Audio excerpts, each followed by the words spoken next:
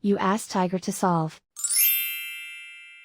This deals with linear equations with one unknown. The final result is n equals 7. Let's solve it step by step. Group all constants on the right side of the equation. Add 15 to both sides.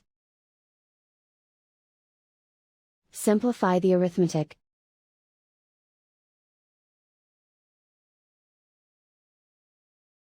Isolate the n. Divide both sides by 8. Simplify the fraction.